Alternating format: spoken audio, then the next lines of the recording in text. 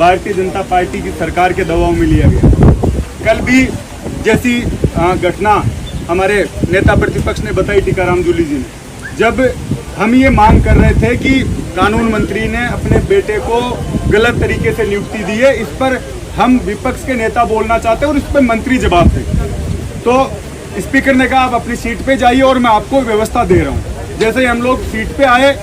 और स्पीकर कहने लगे आप हमें लिखित में दे दीजिए और मैं परीक्षण करके कल आपको समय दूंगा। पहली बात, जब आप हम लोगों से ये बात कर चुके थे उसके बाद अपने बात से आप मुकरे, और उसके बाद जब नेता प्रतिपक्ष बोल रहे हैं तो श्रीचंद कृपलानी और हरलाल सारन दोनों बार बार उनको टोक रहे थे, बीच में खड़े होकर बोल रहे थे। तो मैंने सिर्फ इतना बोला कि जब नेता प्रतिपक्ष बोल रहा है तो आप लोगों को अधिकार नहीं है, क्योंकि जब आपका नेता बोलता है तो हम लोग सब सुनते हैं, तो आपको ये बात सुननी चाहिए। उतना में पूरी भाजपा खड़ी हो गई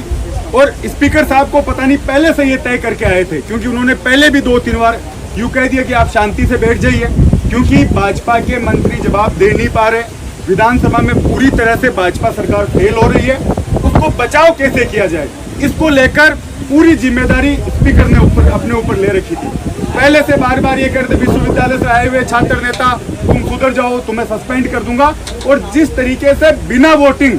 और जिस जल्दबाजी में कल सस्पेंशन हुआ, कल मार्शलों द्वारा जिस तरीके का बर्ताव हमारी महिला विधायकों के साथ, बुजुर्ग हमारे जितने भी विधायक थे उनके साथ किया गया, एक जैसे सड़क पर झगड़ा होता उस तरीके की नौबत सदन में आई, और उसके बाद गतिरोध तोड़ने की बजाय भाजपा सरकार, भाजपा के मंत्री और स्वयं स्पीकर आज उनका बयान देखिए कि कांग्रेसी, जब आप उस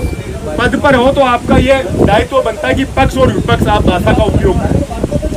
कांग्रेसी ये इस तरीके की भाषा बोल रहे हैं, तो ये जितनी भी चीजें घटी, और उसके बाद आज वापस से वो सुबह मुख्यमंत्री जी 10 बजे सदन में आते हैं, विधायक दल की मीटिंग लेते हैं और ये चाहते थे कि हम खड़े होकर माफी मांगे, मैं उठ के बाहर आ जाऊं, लेकिन कांग्रेस पार्टी, हमारे नेता टीकाराम जूली जी, सीएलपी लीडर, सबने जिस मजबूती के साथ संविधान की रक्षा के लिए और इन भाजपा के लोगों को ये मैसेज देने के लिए जिस तरीके से रात भर सदन में डटे